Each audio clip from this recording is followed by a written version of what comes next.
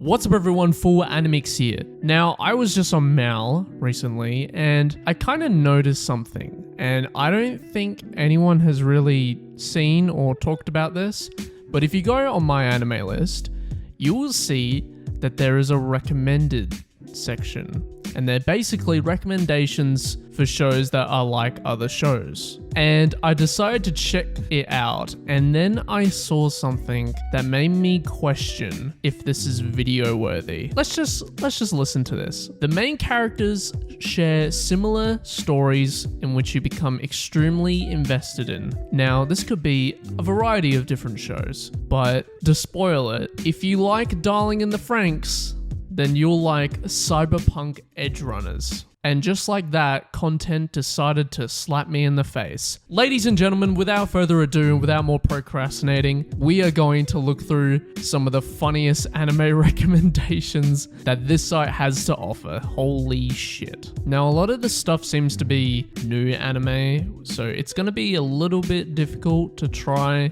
and find some that are really funny. If you like K-On!, then you'll like Bocchi the Rock. The two animes are about cute girl bands both having fun and having great protagonists. The band have great songs and the characters play very well. I don't know about that. Bocchi is definitely an underrated show that I have not watched and need to watch. But you cannot compare these shows. These shows are probably a bit too different. This one's a little bit more slice of life and this one's a bit more real. I don't know. That's my opinion of it right now. Wait, what? If you like My Hero Academia, then you might like Chainsaw Man. Yes, this shonen is definitely like shonen. To be fair, MHA has gotten a little bit darker with this season, which I'm kind of interested in. But you can't compare MHA to Chainsaw Man. That's definitely the stupidest one I've ever seen. If you like Classroom of the Elite, then you might like Talentless Nana. Set in a strange high school for the gifted, these two anime tell a story of a moral grey main character that some may perceive as a genius. The main character has to maneuver their challenging setting using their wits and the many manipulation tactics in their arsenal. While I found the morality and characterization to be shallow in both these, I think if you enjoy one of them, the other one would be right up your alley. I would say no. Talentless Nana kind of got super popular because of a certain game that we will not mention. But I do kind of get the similarities between these two shows, but I wouldn't say to watch either or vice versa. Personally, I like both the stories and I kind of want to see more of Talentless Nana, but still, I guess it could be compatible. If you like Domestic Girlfriend, then you might like Inoue-san's Dog. They're both trashy sexual anime. Nice. What? If you like Akame ga Kill, then you might like Chainsaw Man, because it's a strong blend of gore genres for me, along with an interesting plot for me. Alright, I think this whole section just sucks. No. No. No. I can't even manifest the language that you speak, man. No, we're moving on. Wait, this is another one. If you like Darling in the Franxx, then you might like Cyberpunk Edgerunners. Same way of falling in love with the characters, same genre, action, tragic. What? No. Shut up. Is this the same guy? We're gonna find this out.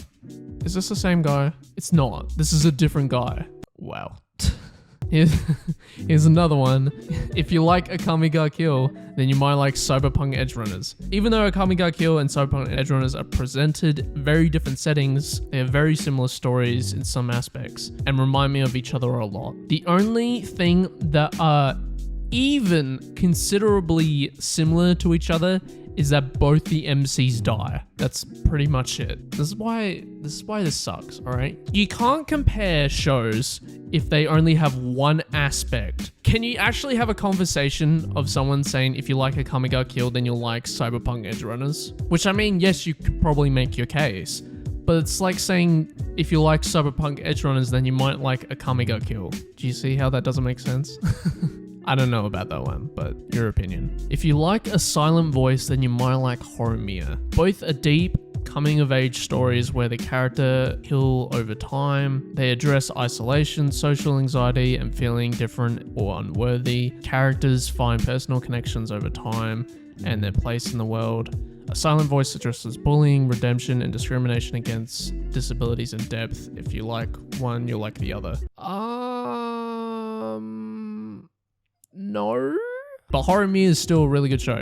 Highly recommend. And a silent voice. But I just don't think they're that similar. Wait, what? If you guys don't know, I'm reading these before I'm talking about it. If you like Clannad, then you might like The Angel Next Door Spoils Me Rotten. What?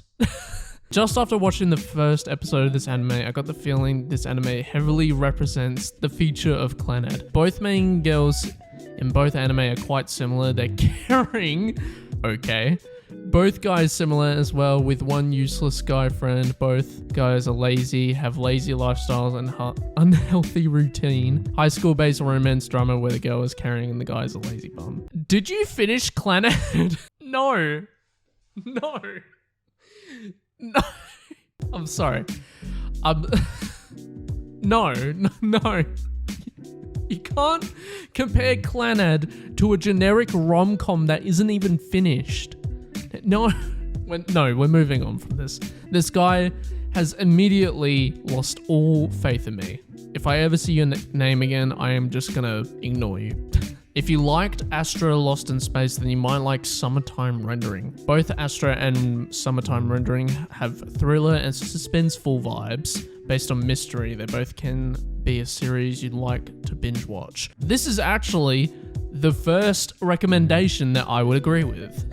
I actually do like this opinion. I think both shows have very suspenseful vibes and the mysteries are very engaging. I actually stopped watching Summertime Rendering, but I really want to keep watching it. It just kind of dragged on for a bit, but I might pick it up. But even just from like the first like 14 episodes of Summertime Rendering, it's pretty good, I'm not gonna lie. So yes, I would say that is a very good recommendation. And that is the first very good recommendation. Oh no. Oh no. Oh shit. If you like Neon Genesis Evangelion, then you might like Darling in the Franxx. Oh my god. Darling in the Franxx is basically an Evangelion ripoff that, unlike most others, don't just superficially copy Eva, instead of giving own take on the same themes that it is. So both series feature a post-apocalyptic setting, ancient monsters attacking humans, city in search of something hidden inside, teenagers with psychological conflicts being forced to pilot mechas to fight back, sinister head figures with a relationship to aliens, a strong focus on mentality of the relationships between the pilot. What? I mean, out of all the shows that are out there, Darling in the Franxx is definitely probably the most like Neon Genesis Evangelion, but nothing is like Neon Genesis Evangelion. Stripped down to its very bones, yes, these shows are very similar, but Evangelion has such more depth and thought put into it than a shitty show that has 3 different studios working on it. You guys probably know that I'm not a big fan of Darling in the Franxx, and I know a lot of people are for the wrong reasons. If you want like a watered down version of Eva, then I guess Darling in the Franxx is like that. I just can't put into a sentence saying if you like Ava, then watch Darling in the Franxx. It just, no. If you like Nisekoi, then you might like Quintessential Quintuplets. They feature a waifu war where the main character has a past relationship to one of the girls, but can't remember which one. The one who was chosen by him will become his bride. Yeah, there's only one problem with this. Yeah, Quintessential Quintuplets ended, Nisekoi hasn't, but I guess they are kind of the same in that aspect. So yeah, I would probably say that's true. If you like I've been killing slimes for 300 years till I max out my level, then you might like Fruit of Evolution. Before I knew it, my life had it made. Both are isekais with OP MCs, and they're surrounded by girls in different races and breeds. There are so many other shows you could do this for. Well done. You've also compared these isekai to every isekai ever made. What? If you like JoJo's, then you might like Vinland Saga. Both MCs are seeking out revenge against the men who killed their fathers. What? No. You can't, no, just no. No, you cannot compare JoJo's to Vinland Saga. That's no. If you like DanMachi, then you might like Alpharetta. Here are some of the similarities of the anime I like. Both main characters have white hair and red eyes. Both main characters started weak and got abnormally powerful. Both have these funny harem elements. Both have an adventuring touch, and there is even more. Although I don't like the harem aspect too much, I love the fact of an insanely powerful main cast. All the similarities make it feel familiar, even though they have different concepts. All in all, I just love this kind of plotline. Based on this, I recommend this. Recommendations goes both ways, naturally speaking. I don't know about that, Chief. I don't know about that. I think DanMachi is a little bit more slower paced, and the harem aspect isn't really strong, despite the fact that it's called How to Pick Up Girls in a Dungeon. It doesn't really focus on that. Then Alpharetta is basically just power fantasy bullcrap that everyone just kind of watches for some reason. I am one of those people, but no. If you like Attack on Titan, then you might like Yojo Seki. What? Both are about fighting in the military. The girl MCs are half Japanese and half what? Both are quite violent, but AOT is much more gory and bloody than Tanya. Both have an overall dark theme, but AOT is more dramatic and depressing. The characters can move around with special equipment that are similar in some ways. No. First off, Yojo Seki is an isekai, and it's basically just about a bad person being put into a young girl's body and just being overpowered. It's a power fantasy, pretty much. And then Attack on Titan is so fucking complex that I cannot even pull apart any plot lines that are even similar to Yojo Seki. Bad recommendation. No, absolutely not. If you like Kaguya-sama, then you might like Spy Family. Very similar comedy styles. The design of the protagonist is also similar. That can't be the bar. This is a very bad way of describing it, but I would also say they're kind of similar in some aspects, I guess. Spy Family is just like pretty much a slice of life with interesting characters that have unique attributes. And Kaguya-sama is a rom-com that is debatably one of the best rom-coms out there. And yeah, I guess both are really funny in their own aspects, but that's not the bar. I hate that I agree with this. Except for the second part. Like, what a coincidence. Big whoop. If you like Jujutsu Kaisen, then you might like Chainsaw Man. These two are very popular anime right now, but if you haven't heard one or the other or both, these two are basically about fighting demon-like creatures. Both involve the main character being sort of half demons. Yeah. I would say this is a good recommendation. I know these shows are quite different, but I would say they're similar enough to warrant a recommendation to either or. So yes, good recommendation. Oh no, it's another one. If you like Neon Genesis Evangelion, then you might like Darling in the Franxx. Both animes have characters using mechas to fight monsters. In Eva, they fight angels. In Darling in the Franxx, they fight dinosaurs. What? No. This guy did not just say that. No. Oh, I forgot there were so many stupid people in the anime community. Fuck me. If you couldn't already tell, no.